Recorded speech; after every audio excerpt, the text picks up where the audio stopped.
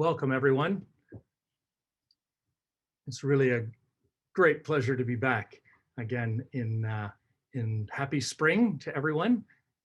Our OHT webinar this month, we are talking about improvement measures. Please now head over to the chat and we are going to welcome everybody. So good afternoon from Alpash, Laurel Savoy, welcome from OHT Northumberland. Raju Baines from downtown East Toronto, welcome. Melissa from Chatham, Kent. Hey, Melissa. Teresa from Mississauga, great to see. Marjorie from East Toronto. Jackie, it's good friends. And Sharada is here again from the OMA. Welcome, Claudia from Windsor, Essex. Carl from KW4. Keith Hambley from downtown East. Jim Nason from downtown East. A little crowd coming in from downtown East. Karen from Elgin. Hello, Diane from Scarborough. Hello, Barbara from Central Region Ontario Health. Miriam from Mississauga. What a pleasure that you're joining us today. Abby from FLA, that is Frontenac, Lennox, Addington. Welcome. Leslie from Trillium and Rise. Thanks for joining us. People are signing in. We're a little past 270 now.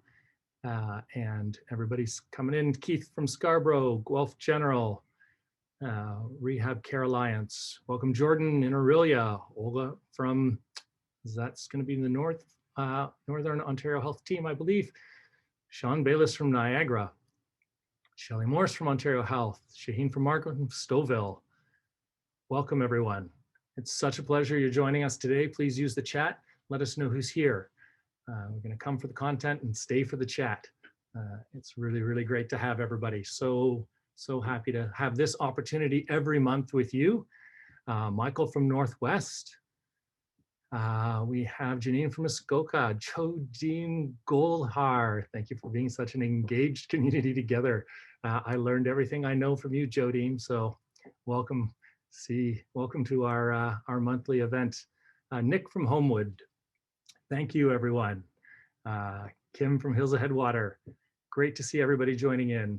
A little past 280, and please keep signing in. Please keep letting each other know who's here. It's really great for us to have this opportunity to have this community together.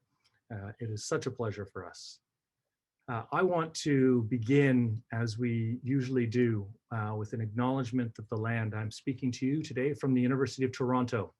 And for thousands of years, it has been the traditional land of many nations, including the Mississaugas of the Credit, the Anishinaabe, the Chippewa, the Haudenosaunee, and the Wendat peoples, and is now home to many diverse First Nations, Inuit, and Métis people. Today, this meeting place is still the home to many Indigenous people from across Turtle Island, and we are grateful to have the opportunity to work on this land. We acknowledge that Canada is home to many diverse First Nations, Inuit, and Métis people, and many of you are joining us from one of those many traditional and treaty territories. Welcome to our monthly event, and thank you so much for joining us here. The first thing we like to start off with is just to bring you in and let us know. I was recognizing many names there, and I am thinking that we are probably going to have a lot of return audiences this time. So please, let us know, have you joined us for a webinar previously, or no, this is my first event. We have been having pretty continuous registrations above 500. And again, this month, I see we are about to pass 300 in attendance, and I expect that we'll go higher today. Welcome, everyone, and let us know, is this your first event, or have you joined us previously? Given that we've been doing it, we keep getting the numbers, I'm always thinking we're just going to have the same people coming back, but we're going to find today, a lot of people are pretty quick to vote in here. We're at 75%. I'll just leave it open a few more seconds for everyone to have the chance. And I know that a few people are on mobile, and I think it might be a bit more difficult. I haven't actually tried this on mobile. I should try that sometime to see how it goes. Okay, we have everybody that is going to vote has voted in, and I'd just like to let everybody know. Here we go. 77%, 178 people said they have been here before, but we have 52 new people here this month. So welcome to you all. and welcome to the community. It's a really great opportunity for us to come together and share each other's learnings from across the province on OHTs. And I am really, really pleased that everyone's here today. And I see people are still signing in. Deborah from North Simcoe, Muskoka. Welcome, Deborah. Okay, so we're going to go ahead and I'm going to start off today with a new feature. Just to let everyone know that we do read the chat after the case, and I will continue to voice and give voice to your words in the chat, but we don't get to everything, and we don't want people to be disappointed. We want you to know that we read everything after to see what we missed, what content we should be covering in the future. Are there big outstanding questions in the chat? And I'm going to cover off a few of these today. So first off, last month we had a lot of questions, or a few questions anyways, around can we access surveys, and some of them being, are there going to be efforts to track longitudinal patient and provider surveys in Ontario? And the answer to that question is a resounding yes. And we'll intend to be able to support you in limited ways, but we will support you with both patient and provider surveys, and we will be making these available for your perusal next month in April. And our May webinar is going to focus on the use and how you can use and deploy patient and provider surveys that we support in your own OHTs. You are always free to go ahead and use the tools of your own avail. But that is going to be, and we can be contacted right now, and we will directly make available our draft version of the provider survey. The patient survey, we're still a few weeks out from, but feel free if you need an urgent use for it, but otherwise in a few weeks it'll be posted online. The other piece, and I'm really, really pleased, were questions around why don't we measure some leading indicators. I don't have names on these right now, but you know, most of these are lagging indicators. Why don't we try to measure leading indicators? This came up in our January chat. And I think they're relevant to what we're doing today. You know, these are fine short-term indicators, but are we going to take a longer-term view on population health and social determinants of health? These indicators are very hospital-focused. Are there community measures? And then there were a number of specific questions around these community measures. You know, are there no direct indicators for improvement in home or community care? You'll see some of these actually in our older adults population next month. But we're very cognizant of this. And then there are other questions here around, these are hospital primary care indicators. There are many mental health and addictions agencies and community support services that are part of each OHT that play an important role in social determinants of health, specifically asking about indicators that will evaluate the success based on measures specific to mental health. And then were a few other items along those lines. So we are cognizant of this. We are measuring things right now that we can consistently measure across all OHTs using our administrative data in Ontario. But today we're going to talk about some of these other alternative measures. And I'm going to ask you to let us know some of your ideas around some of these alternative measures so that we can take it on our task of figuring out how to do this and how to do this well. So just to let you know, you asked, and we will make this a feature of every month so that you can follow along and we can follow what you're talking about. And just to let you know that everything in the chat does get read, even if I don't get the opportunity in this hour and a half to read it out loud. Just to remind everybody that this is our core evaluation team working to support Ontario Health teams, myself and Ruth Hall as co-leads, and then this is our team below. And you will see these people in the chat. You will see these names and they may be commenting, prompting, providing information out to you, and also just in feedback and prompting questions along the way, just so you recognize the names. And some of you will be seeing these people more often along the way. Today, it's my great pleasure.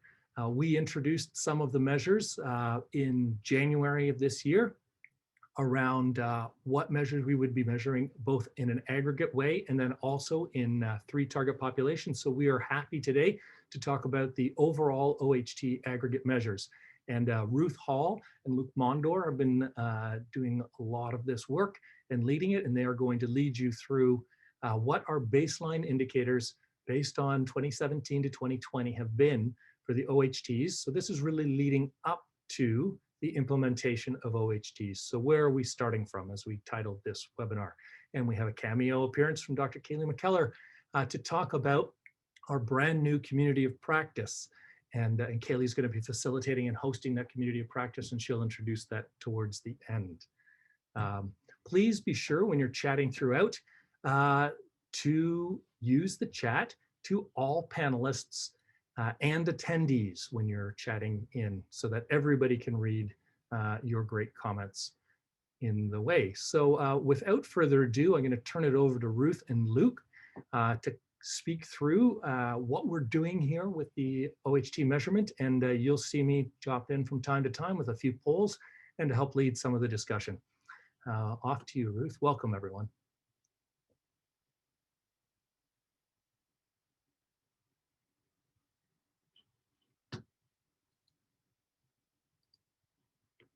Okay, we're just waiting to hear from Ruth as she comes on, and Luke coming on too. Sorry. You're welcome. Just sorry go. for that pause. Next slide, please, Walter. Oh, sorry, Walter. So you've talked about this, that we're looking at the baseline of these indicators, and we're also going to introduce the equity lens to reporting on population health and improvement indicators, as we revealed in the January webinar. Next slide. We always start our webinar with the takeaway message at the beginning.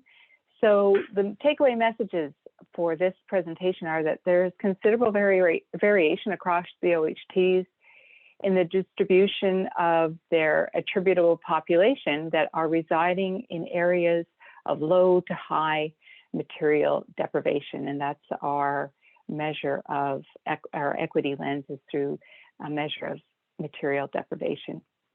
And Luke will get into the details of what that means. And there's also considerable variability across the total population indicators, suggesting that some OHTs have attributable populations that are of higher need.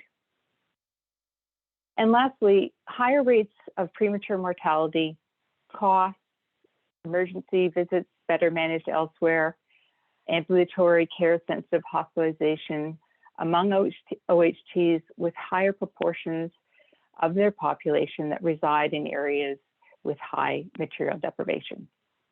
So those are your three key takeaways from today. Next slide. So the goals of our quantitative evaluation is that we want to measure and evaluate the outcomes of the population as well as the direct healthcare costs using routinely collected health administrative data that capture multiple sectors of the healthcare system.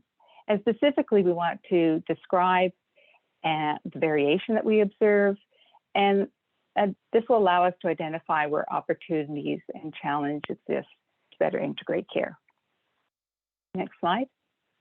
So remembering that this overall evaluation is using the Quadruple Aim Framework, and today we're specifically focusing on the health outcomes and the cost. These are quantifiable metrics that reflect the population health outcomes and the integrated system context and the resources that are needed. Next slide. So remember, if you do, back in January, we went through the steps in how we came up with our metrics that we would be reporting on among all the attributable population across the OHTs. So we, of course, did a literature review of many of Health Quality Ontario's reports, as well as HSPN's reports that look at system integration. And we landed on 18. And then as a team, we did a modified Delphi setting criteria that we had to be able to measure this through health administrative data because we want to be able to report certain measures across all the OHTs. And then we did a bit of validation in that majority of these were identified by the OHTs themselves in their application forms, as well as they were identified as important to the ministry. So you'll see the list there on the right, and we will be presenting all of these today from 2017-18 out to 2019-20. And we've added in the premature mortality to be a measure of overall population health. The cost per month for that cost quadrant of the domain, and the remaining of them are hospital-based, but they do reflect the community care that's being provided because they're arriving in hospital using the resources where perhaps the community is not able to support patients well enough to stay in the community and have to appear in the emerge or admitted. Next slide, please. We also, again, we mentioned in January that we were going to take an equity lens in reporting our indicators. And health equity implies that everyone should have equal opportunity to attain their full potential for health or the use of healthcare, regardless of their demographics, socio-demographics, economic or geographic strata. So you can look at equity from many lenses: age and sex, gender, race, ethnicity, income, education, rurality, health needs, disability. However, we've decided that we were going to look at the equity through the indicator or the index of marginal deprivation. And I'm going to pass it over to Luke, who is going to describe to you that index, where that is coming from, and then proceed to go through the 11 indicators that we're going to report at the population level. Over to you, Luke. Thank you, Ruth.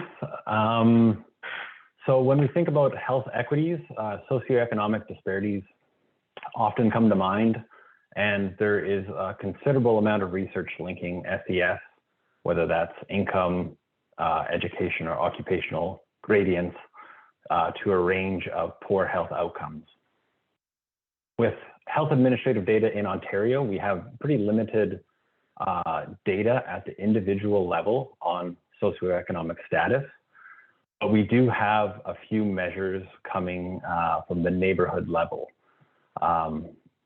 These are derived from census data, so it's a marker of what's happening in the neighborhoods that people live, and we assign these to the individuals.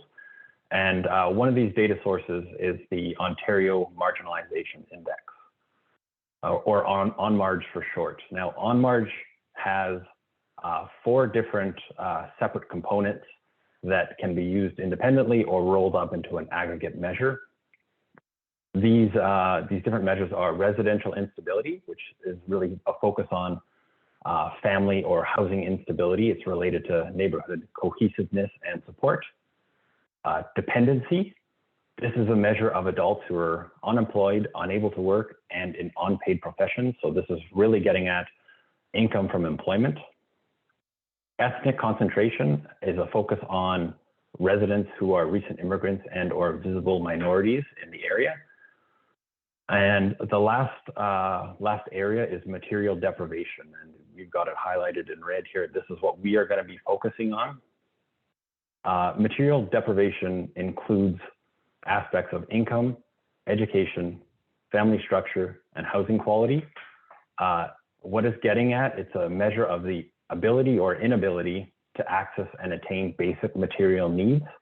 And because of that, the concept is closely connected to poverty. There's been a considerable amount of research done within HSPN, within ICES, and elsewhere as well, linking material deprivation to poor health outcomes. Some of these outcomes include a greater prevalence of multimorbidity, a greater incidence of specific chronic conditions, greater health services use with, one example being greater use of mental health and addiction services, greater access to care, including cancer care, as well as early mortality. So there's a whole range of poor health outcomes that have been researched linked to material deprivation. Again, these are aggregate measures from the neighborhood. I'll just go back just 1 second. Yeah, they're aggregate measures at the neighborhood level, and you can, if you want to read more about these, there's a little reference at the bottom of the slide that I would refer you to for more information. Next slide, please. So material deprivation varies across the Ontario health teams. This figure here, it's a stacked bar chart, and what it's showing is the distribution of material deprivation across the different OHTs. So each row represents an OHT, and the different colors correspond to the proportion of the population residing in each of the quintiles of material deprivation. When I say quintile, a quintile score of 5 means that that person resides in the most deprived 20% of Ontario neighborhoods.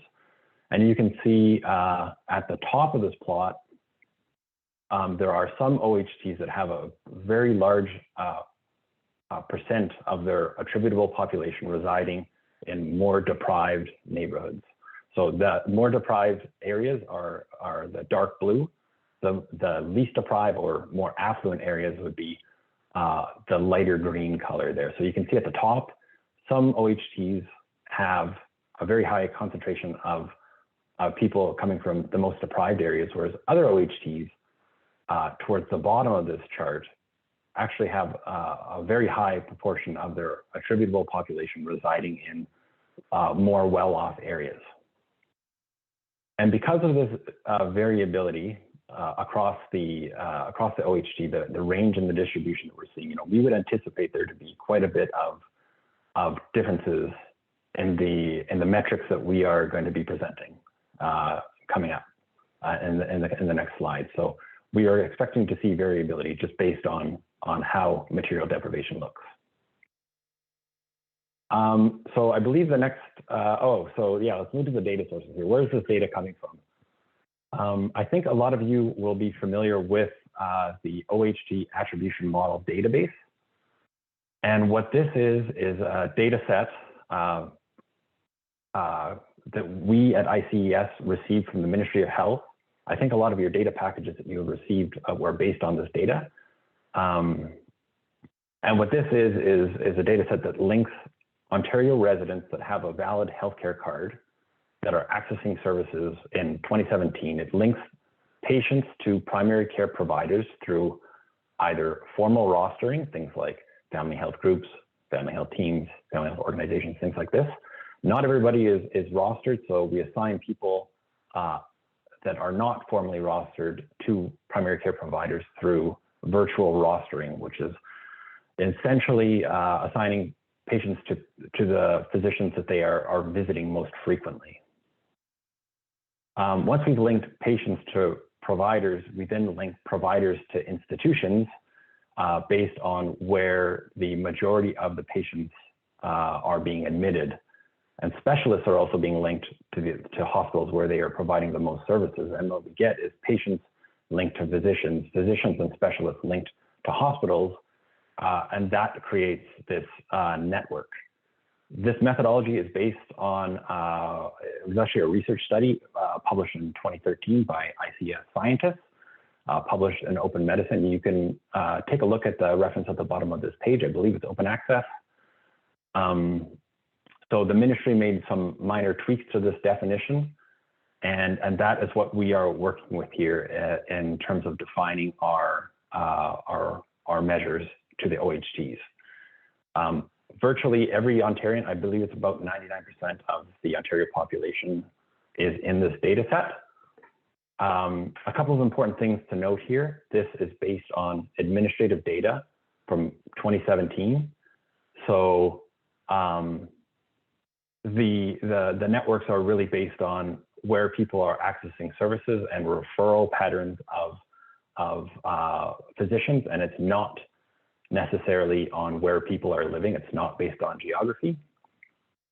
And second, this is a closed or a fixed cohort.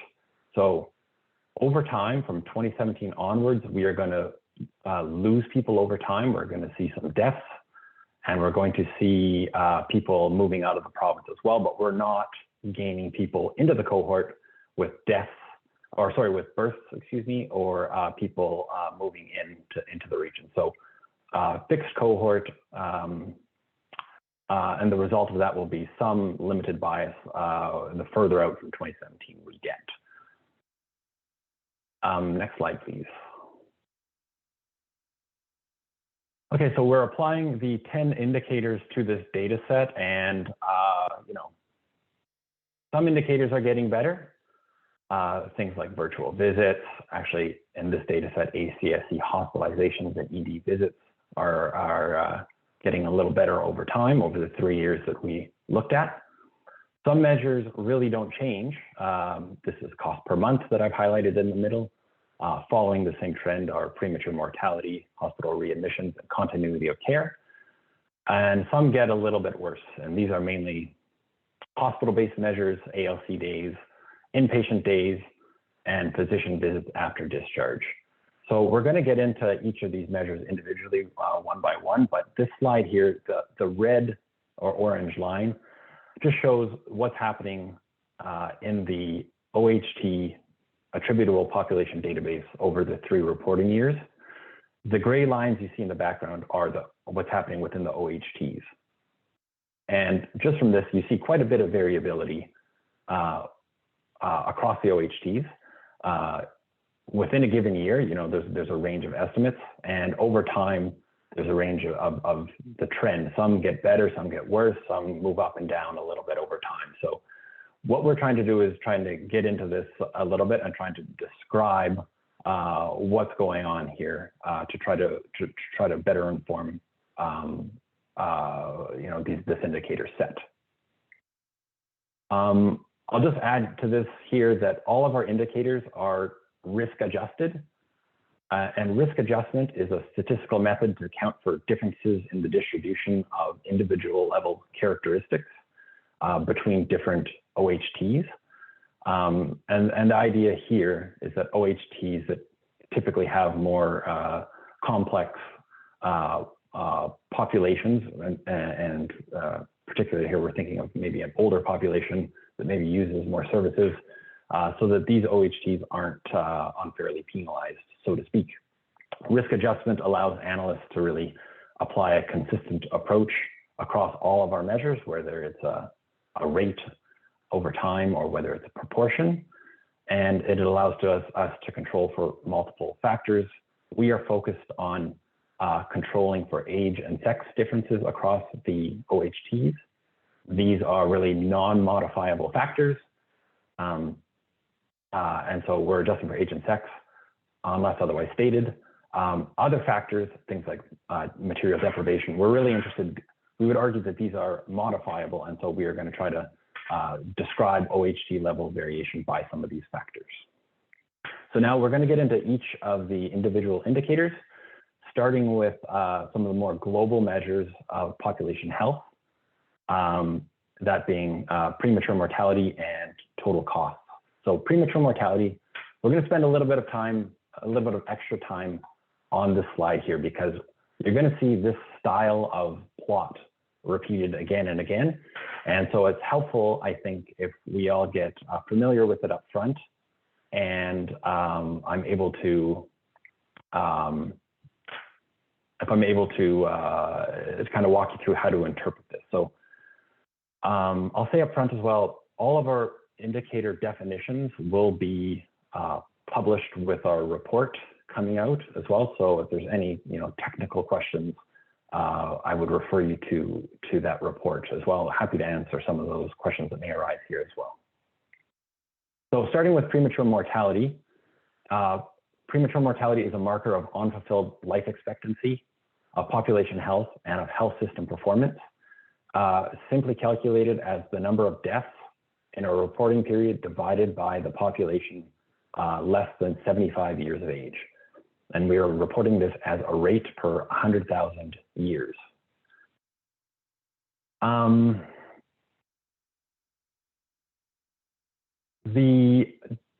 We've got two different panels presented here. We've done 3 panels. We're only showing the most recent 2, just for brevity.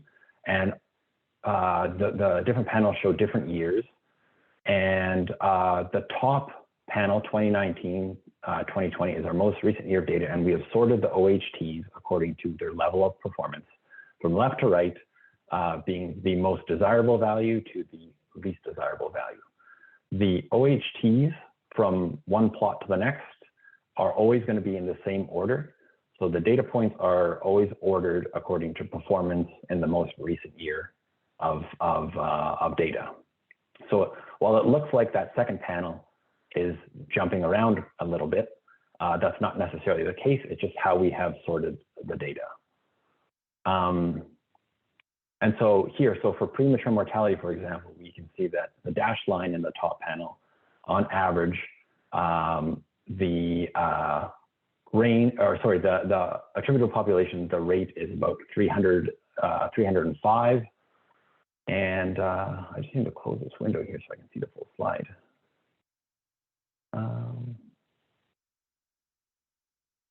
Excuse me. Yeah, and the range across the OHTs goes from 181 to 577. So there's a pretty big range there across the OHTs in terms of variability across the OHTs. For 1 year to the next, we see some OHTs getting a little better, some getting a little worse. On the top percent change improvement was only about 10% from one OHT, whereas other OHTs, the rate got worse by as much as 15%. And the OHTs are numbered, they're anonymized. We are keeping that information anonymous. The OHTs will know who they are with our reports, but for these presentations, the individual OHTs will be kept anonymous. The last piece to this is you're going to see that all of these OHTs are colored. And what we've done is we've taken the ratio of the proportion of an OHT that has a population in the most deprived areas compared to the least deprived areas of Ontario. And so you can see that the OHTs that are colored in darker blue have a high proportion of the population residing in the most deprived areas of Ontario. These, if you refer back to that stacked bar plot a few slides ago, these would be the OHTs at the top of that slide, versus the OHTs colored in a lighter green have a high proportion of their population residing in the least deprived areas of Ontario.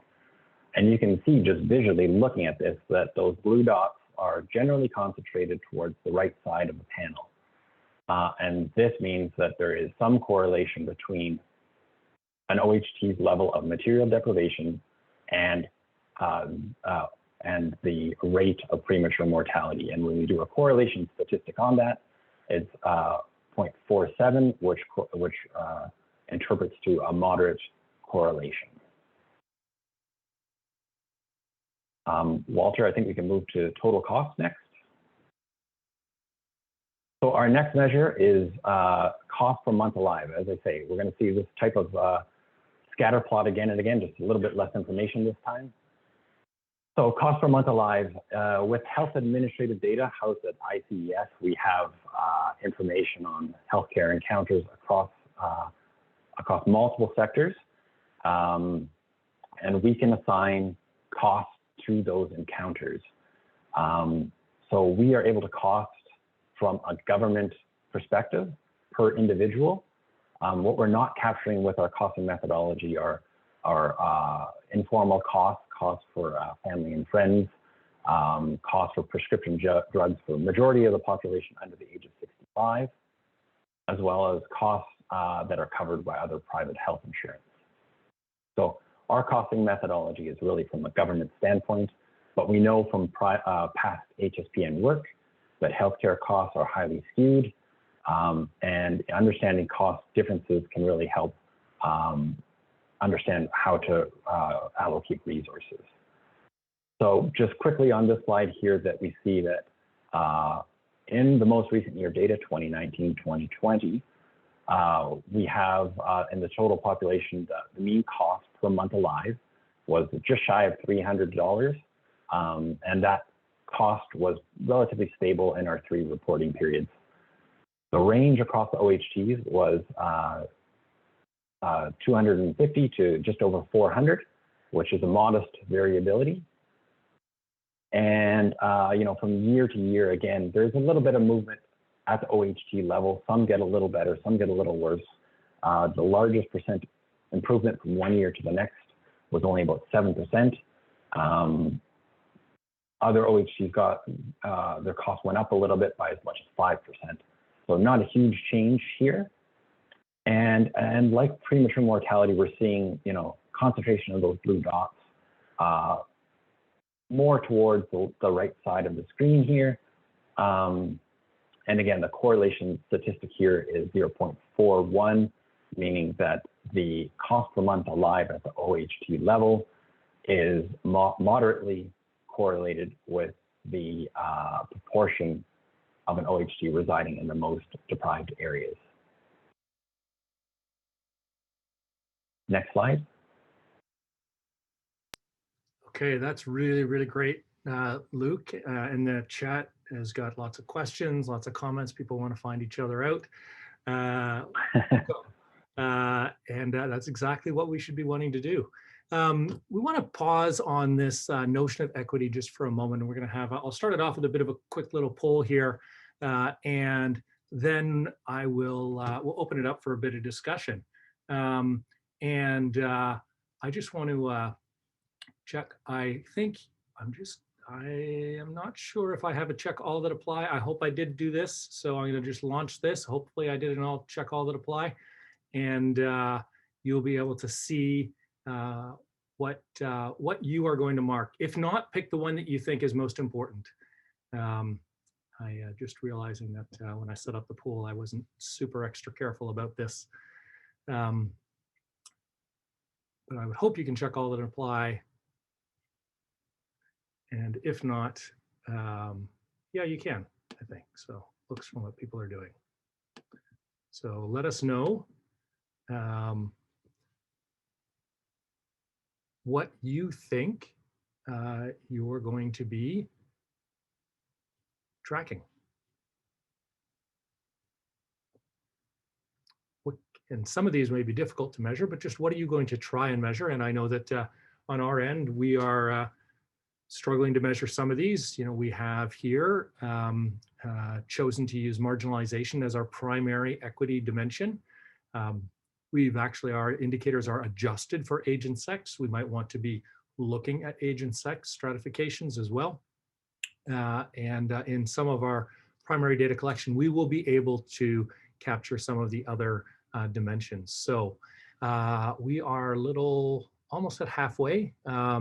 And I didn't leave a no option here. So I'm going to end this off and then share out the results and let everybody know. Okay, so the primary thing, everybody a little bit leading on the age, and I see a lot of people measuring, looking at race and ethnicity.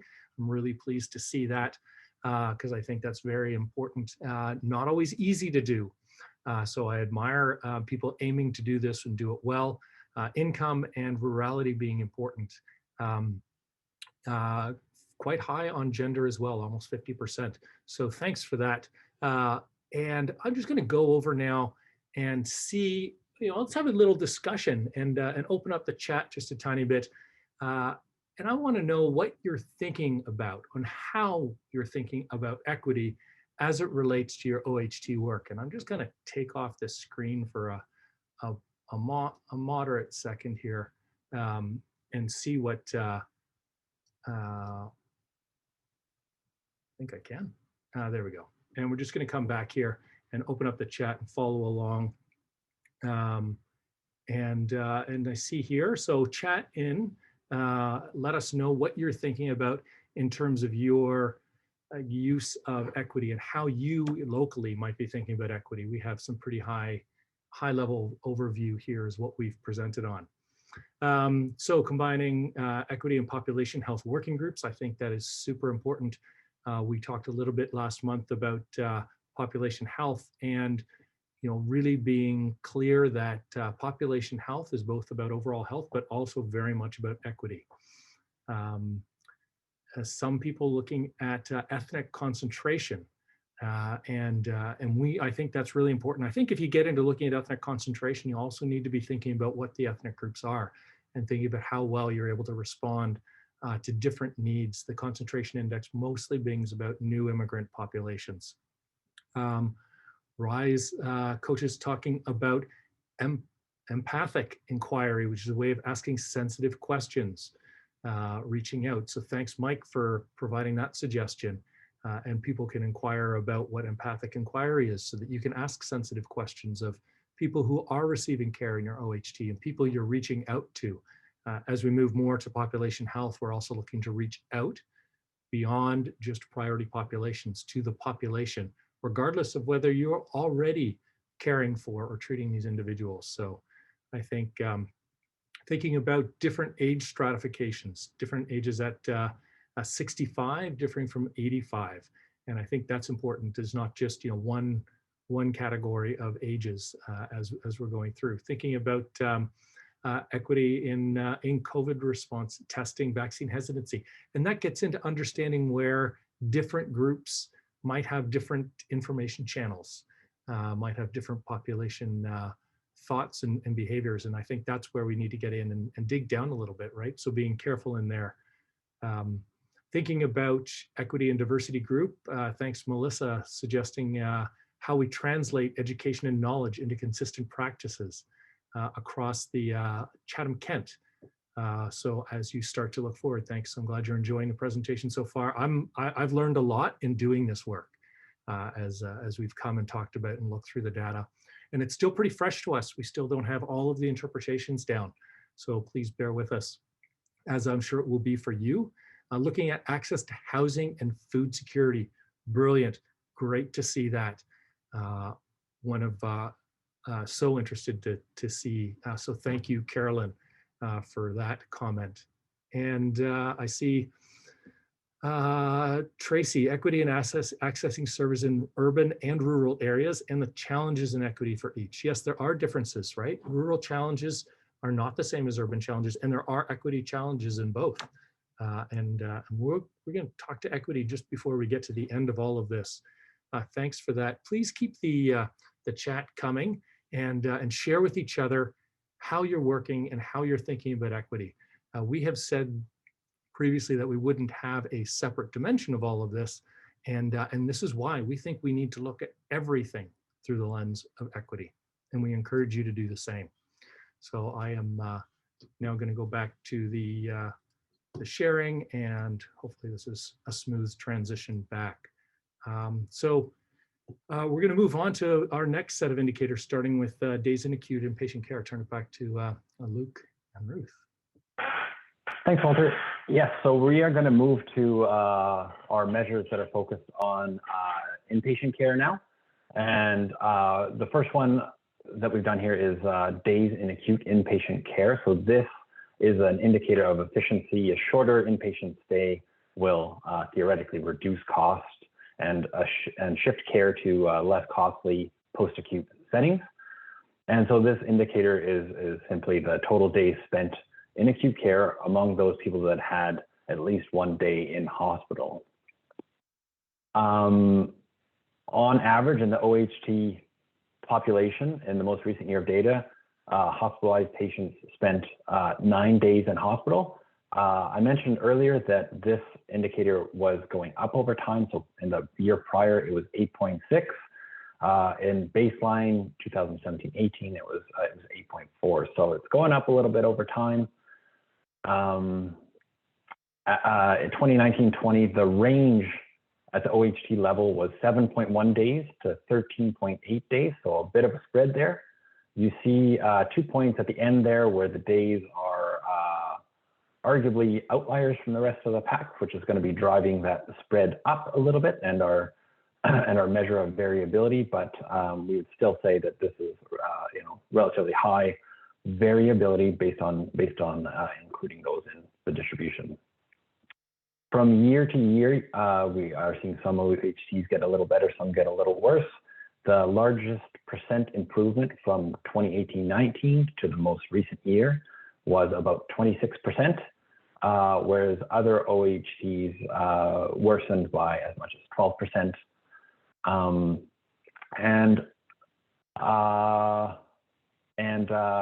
The correlation with material deprivation, not so evident here. Correlation was 0.23, which translates to a weak correlation between days in hospital and the proportion of the OHTs that are in the most deprived areas. If we move to our next indicator, I think this will answer someone had a question in the chat if this is ALC days, which is our next measure in the set here. So this is the ministry definition of ALC days. ALC, or alternate level of care, this measure describes patients waiting for the appropriate level of care to meet their needs.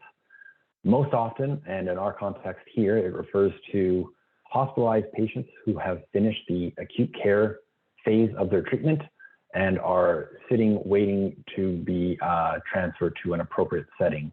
And generally this refers to transfers to long-term care or inpatient rehab, complex continuing care, things like this.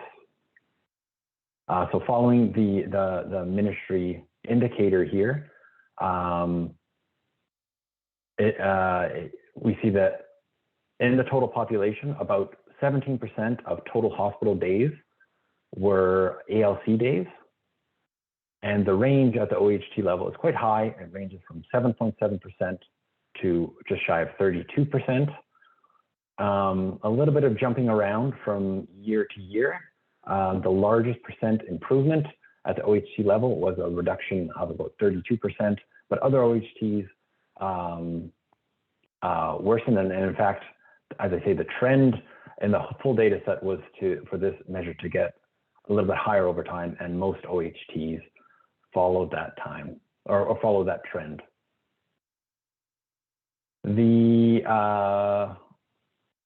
Similar to days in hospital, the correlation with deprivation was a little lower here. You do see some of those blue dots concentrated towards the right side of the screen, but that's not necessarily the case. The blue dots are spread throughout, and so we get a weak correlation of 0.148. Next slide, please. ACSC hospitalizations. Again, this follows the ministry definition for hospitalizations for ambulatory care sensitive conditions, and these reflect conditions that, if treated and monitored effectively in the community, should reduce the likelihood of hospital admission.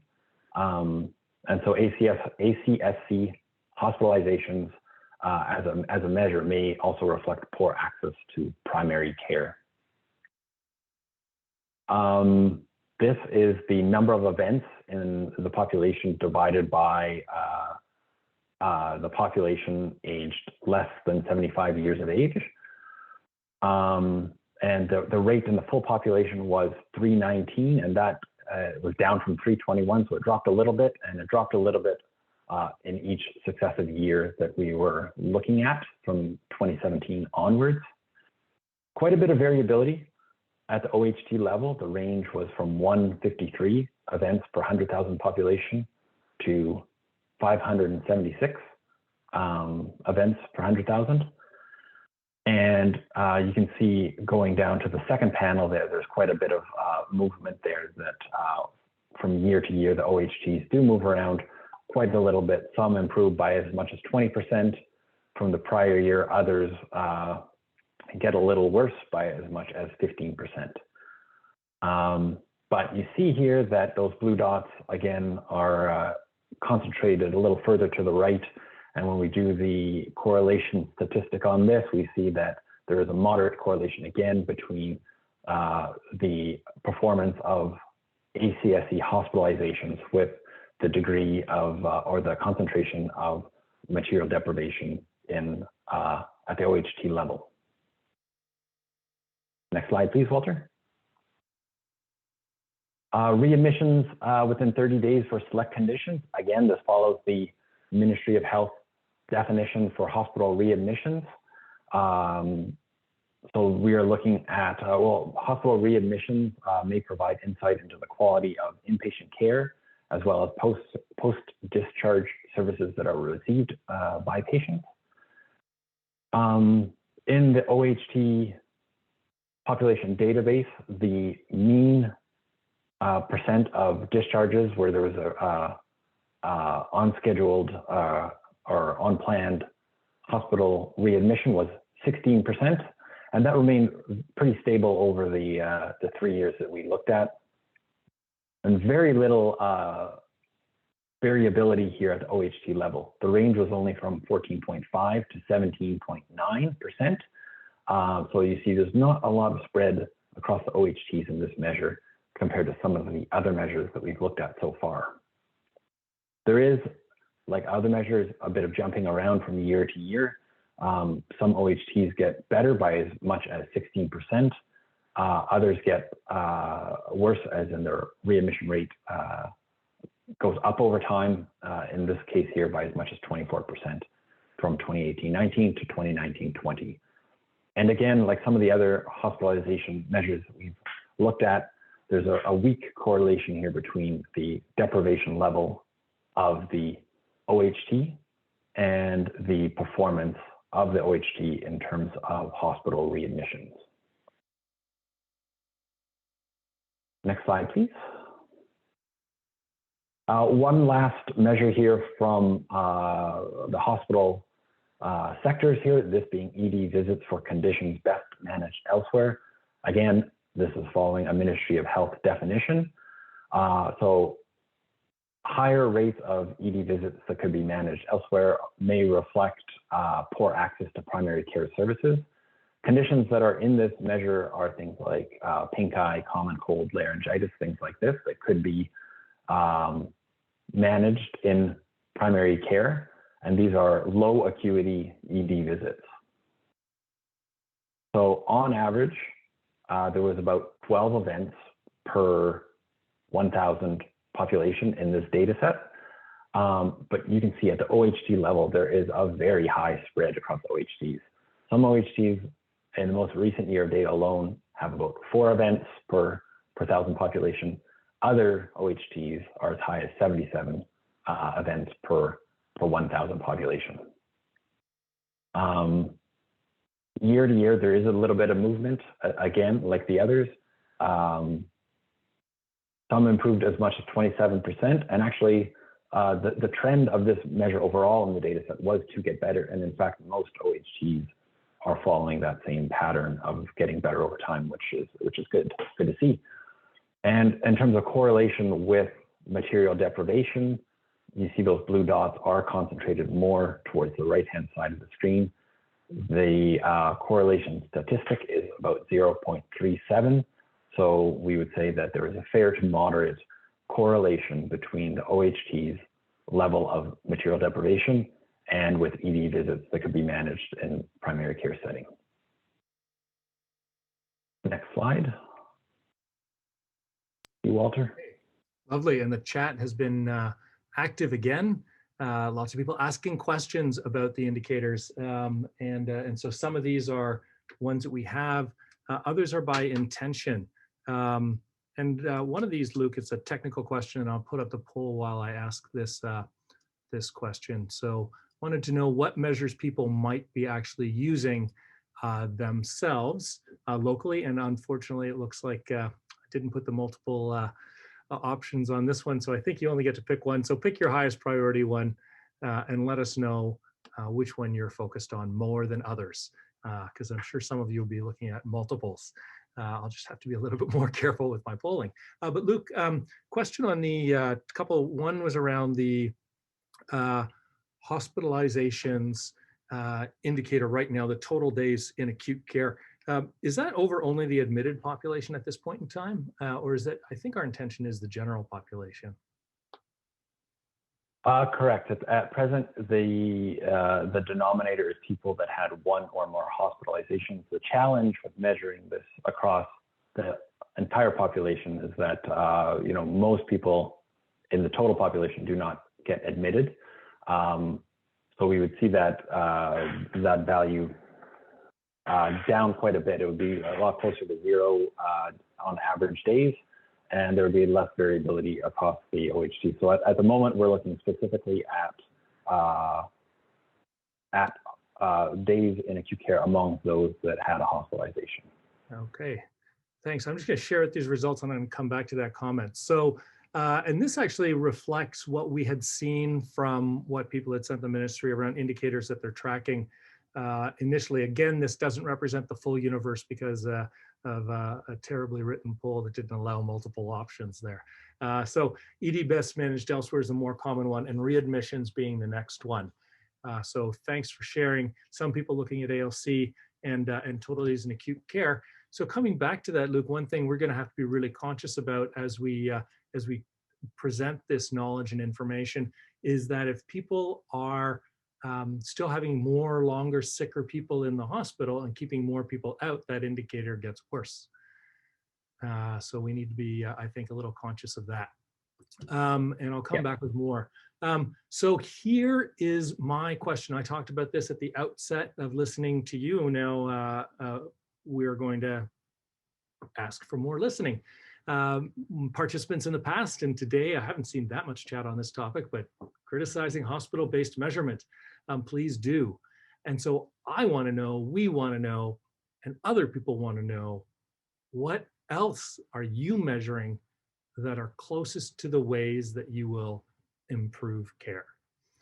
So we're going to come off that share, come back to real live presentation, patient-reported health. And Kelly is has some indicators coming from the integrated older persons care work, which is includes some quality of life measures. Quality of life measures, again, be interested in which forms of quality of life. Is it health related, such as an EQ5D, or if you're into more broad? So patient experience, that's probably the thing that if you are really doing patient-oriented care and patient and family-oriented care, that we should see those indicators move again. So really interested, youth and family reported family functioning, parent missed days to deal with kid problems. Just like, how great is that, especially if you're focused on those types of interventions. And I think that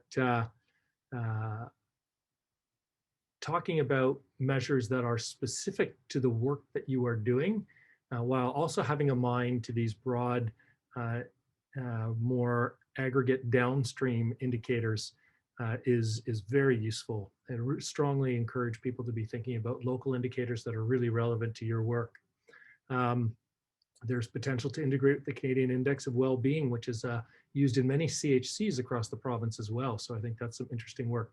Perceptions of patients and caregivers in engagement in care planning from Anne at East Toronto. Thank you. Sylvie says, could we start collecting lived experiences and stories, particularly from diverse individuals, as part of our equity lens? Thank you, Sylvie. I think that sounds like a really brilliant idea. And Teresa, I'm not seeing the last name right from my angle, would like to measure length of stay prior to death and not just death in hospital. Are people staying home longer?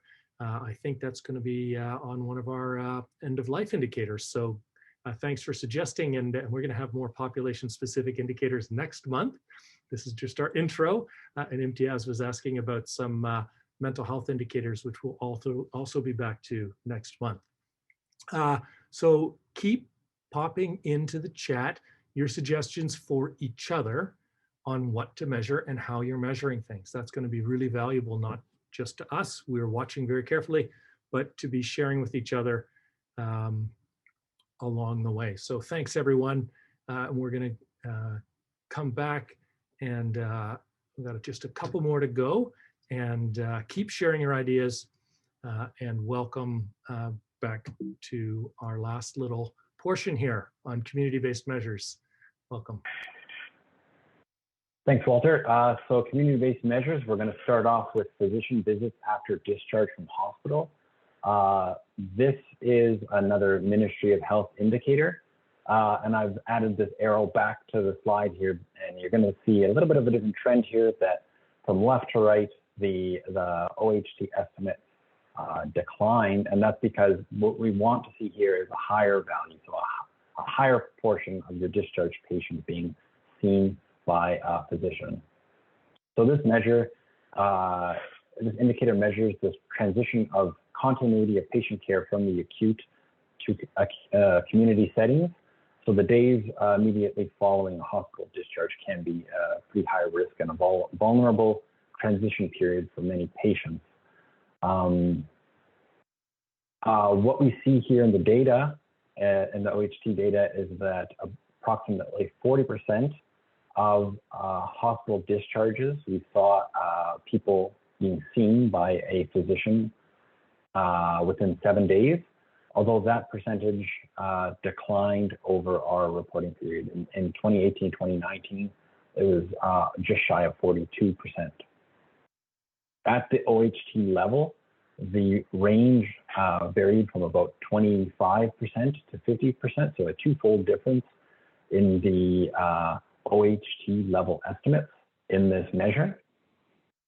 And, you know, some OHTs, looking at the second panel there's a little bit of movement, a little bit of jumping around of the estimates. So some OHTs got a little better by as much as 8%. Others worsened, or their proportion that were seen by a physician after discharge declined by as much as 20% relative to the prior year. And with this measure as well, you see those blue values generally concentrated towards the right, and we see a correlation with deprivation of 0.41, meaning that the OHTs that have a high proportion of their population coming from the most deprived areas of Ontario, we see them have lower follow-up after discharge from hospital. Next slide, please.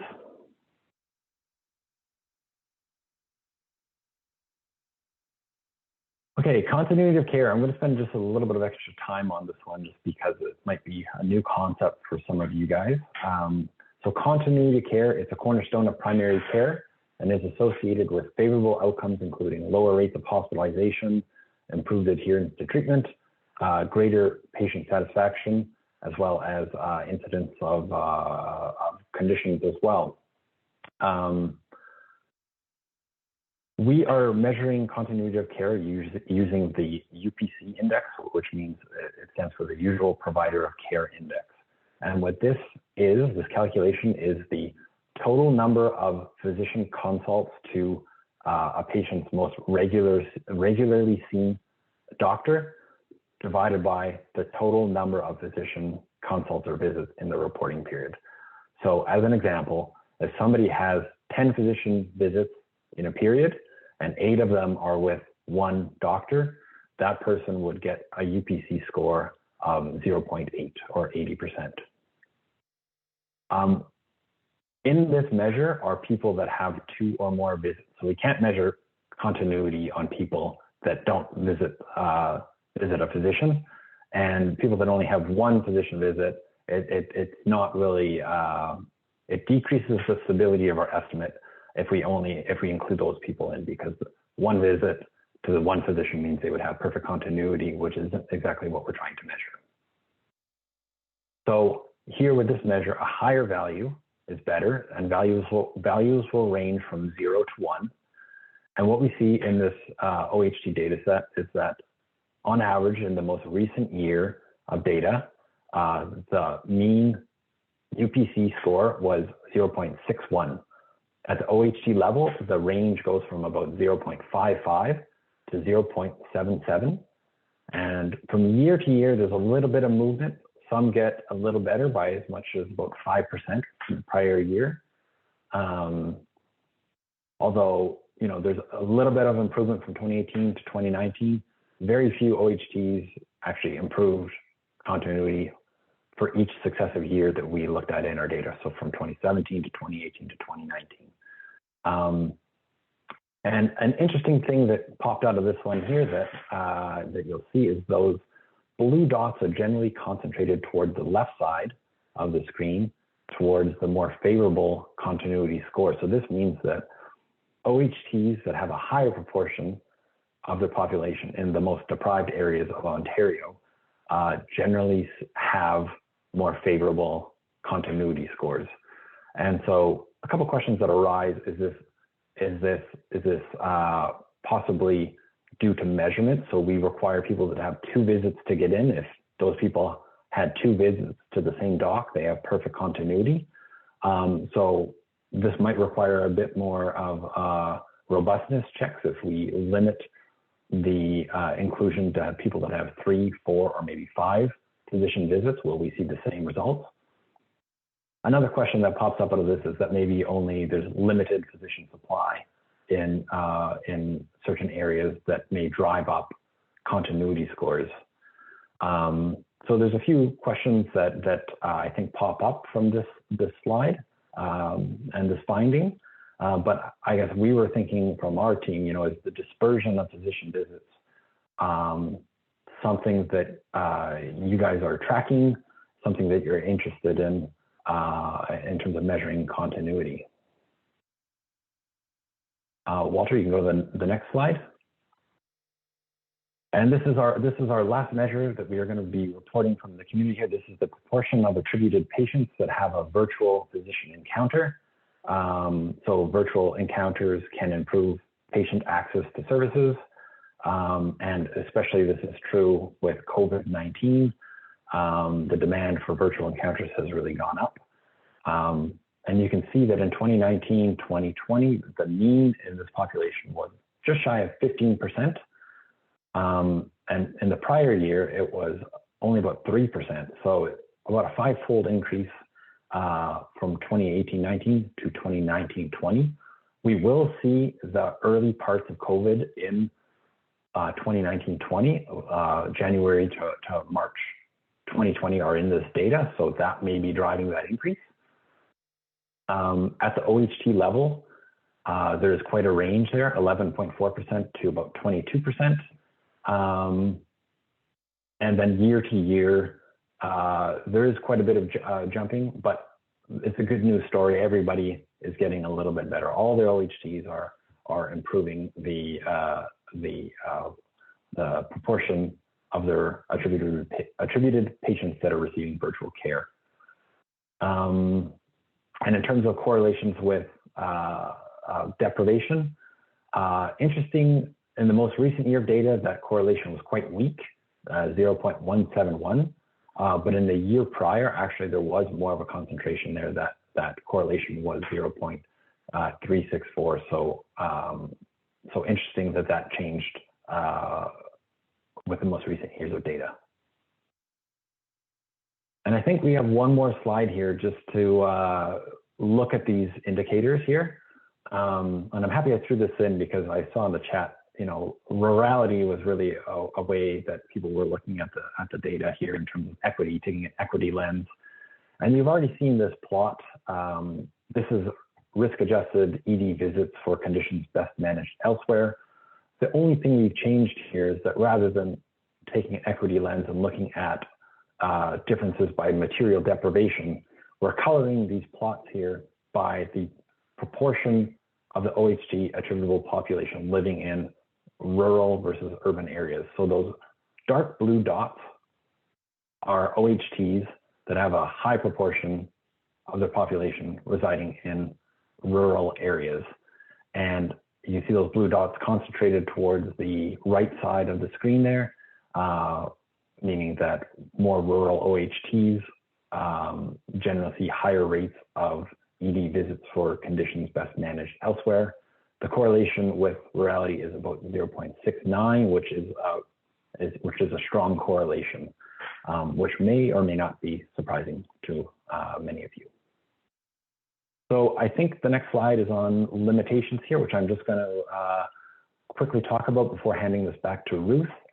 Limitations of our evaluation, we're measuring outcomes with the data we have on hand, that is health administrative data housed at ICES. We're only hitting parts of the Quadruple Aim Framework, but there are certainly other measures that are out there that are important to integrated care. And we've heard from you that you have other measures that are specific to your population that you guys seem important as well, that hopefully we can get some of them incorporated into our evaluation. We are looking at SES, material deprivation, at an area level. We don't really have individual level data, so there may be some bias there. I mentioned before, this is a closed or a fixed cohort, which we're going to lose people over time, but not necessarily have births and new migrants coming into this data set. We're hoping to have some updates to this data set for future analyses. And last, we're just drawing and presenting correlations as our measure of association, which are very high level correlations between the OHTs, OHT characteristics and performance. And this it should not be in any way interpreted as causality. We're hoping that with, in the future, maybe we can get data on people that are receiving OHT care, and we will be able to do some more specific analyses in this regard in terms of the effect of OHT, of the OHTs on individual level outcomes. So with that, I'll say thank you, and I'm going to hand it back over to Ruth. Thanks, Luke. That was really, really amazing to go through indicator by indicator and just reflect on how this equity lens really brings attention to where we may want to put our efforts.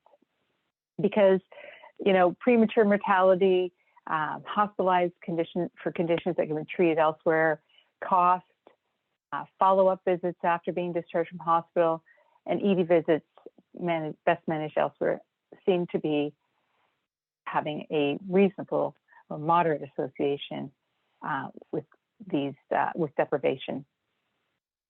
We have higher rates of premature mortality and ED visits treated elsewhere, and cost, ambulatory care sensitive admissions among the OHTs where there is a higher proportion of their population that reside in the areas where there is high material deprivation, and lower rates of follow-up visits following that discharge. So knowing this distribution, it helps us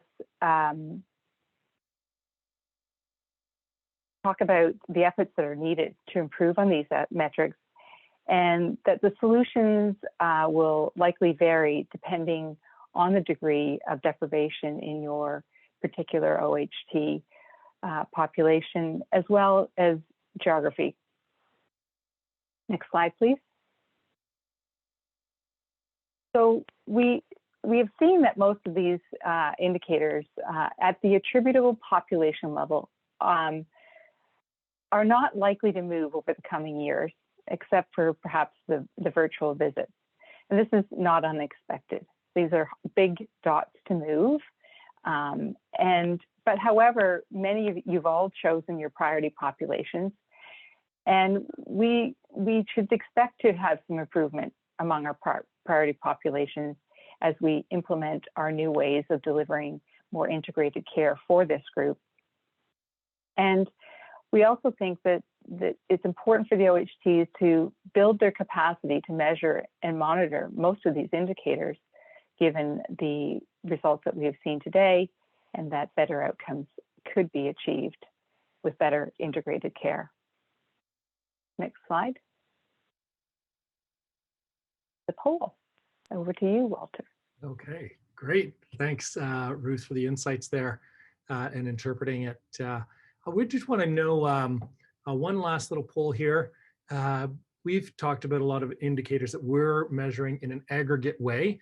I think as you work, and we talked a little bit about that last month, but as you work with your populations and your target populations, we are interested in knowing what are your capabilities at the individual patient level. You've talked about, people have been in the chat quite a bit about different sources of data that you are being able to make available. So we're thinking about this at the individual level. Do you know about your OHT's capability to measure patient level outcomes? And can you track every individual who's coming into your OHT and report on those outcomes? Can you do it in more of an aggregate way, but not OHT specific? So you could monitor the overall rates, but not specifically to your OHT. And maybe you're actually not really tracking outcomes that are really attributable to OHT care right now. So please let us know. We're in the last tail end of this, and we still have over 250 people on, which is pretty amazing at this point in time. People are quite engaged, and I appreciate the chats and comments. So just going to leave it up for about 3 more seconds. I think we're stabilizing on the responses here. So we are going to show what people are able to do. So very few people are at that level of the individual level capability.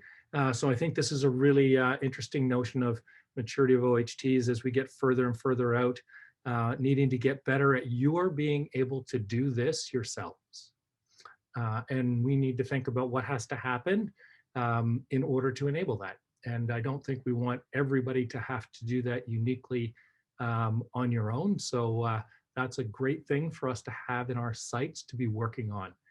Meantime, you are going to be reporting in, maybe not on these indicators, but some of the indicators to the ministry around your improvement indicators, and thinking about how those are going to be manifest and carried forward into the year ahead. And just a little plug then, on Thursday of this week, the ministry is hosting a webinar on their performance framework. They introduced it a little bit at our webinar last month. They are hosting their own this week on Thursday. I'll be dropping in for a quick little cameo to talk about the role of this work, this evaluation indicators work, in that broad trajectory of ministry indicators. So maybe tune in for that. I'm going to actually skip past this a little bit, but do feel free to continue to use the chat to talk about both your accomplishments and your challenges in measuring outcomes of OHT care. Thinking about that in what you're seeing. And just to pop ahead to let you know, I've alluded, this was the little sneak preview. Everyone who comes to these gets a special treat. This is the preview on what's coming out. We are going to be sending you out simple longitudinal characteristics of your population, not the full data packages from the ministry, but just a simple summary. And what you're going to see are all the indicators that we reported here for your OHT over the past 3 years. And you'll see the entire distribution in your own OHT will be identified within there, within your own individual report. And then we'll be publishing a provincial report with the same results as you've seen here, with more detail, more explanations, and a little bit more, although we've got great fodder for interpretation here now. I don't think we can get more interpretation than what we've seen in the chat today. Next month, we are coming back with the indicators for the specific target populations, older adults, mental health, and end of life. We talked about those in January, and you'll see that we'll be reporting similar to today, but within each of those populations. So if you want to see some of those indicators, you will have to come back next month, because then the report for those is going to be delayed yet longer. So if you want to get a sense, you need to be here to get that.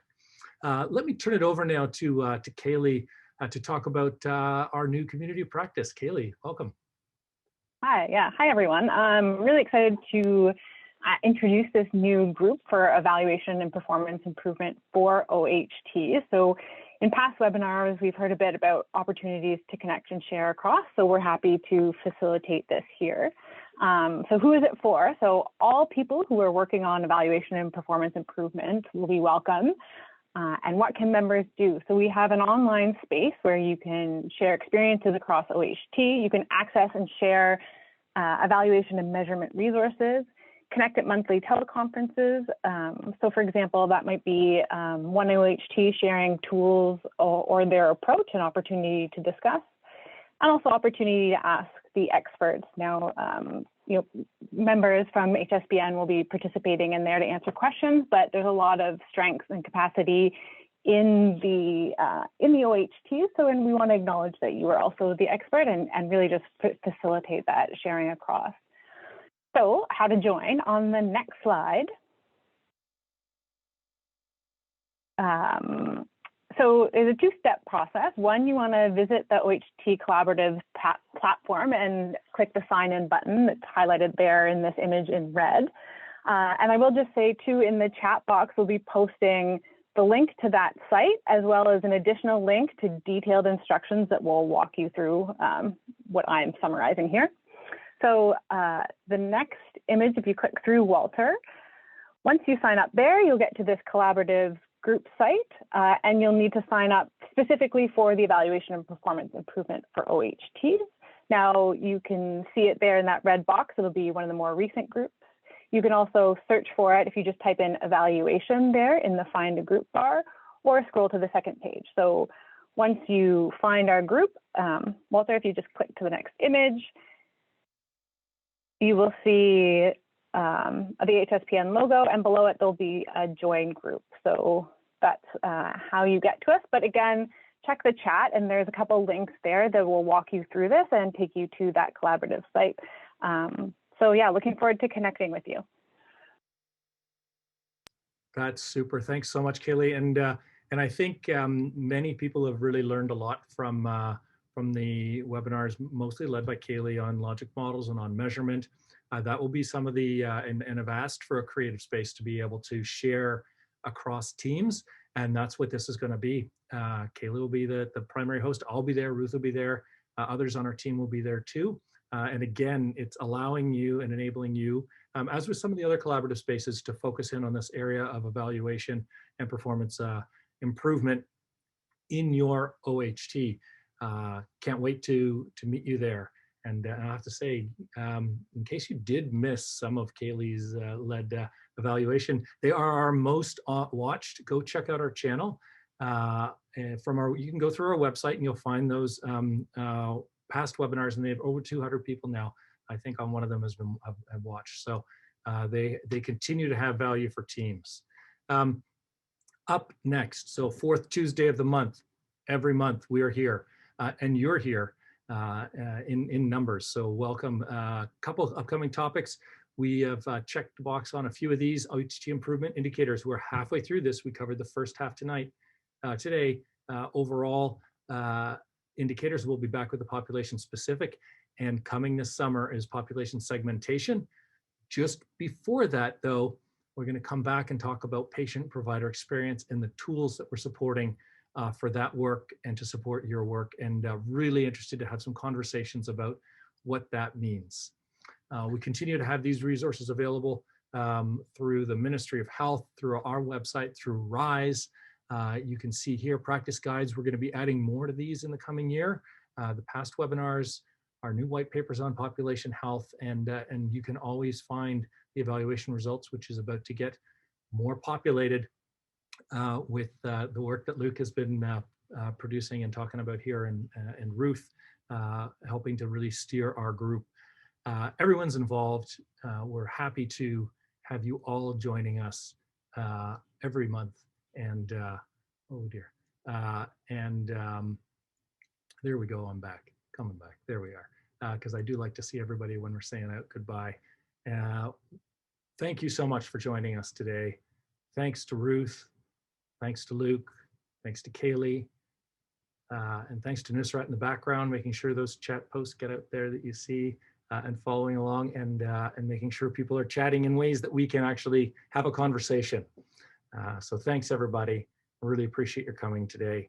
And I hope that you learned. I know I've learned and continue to learn from you and this work.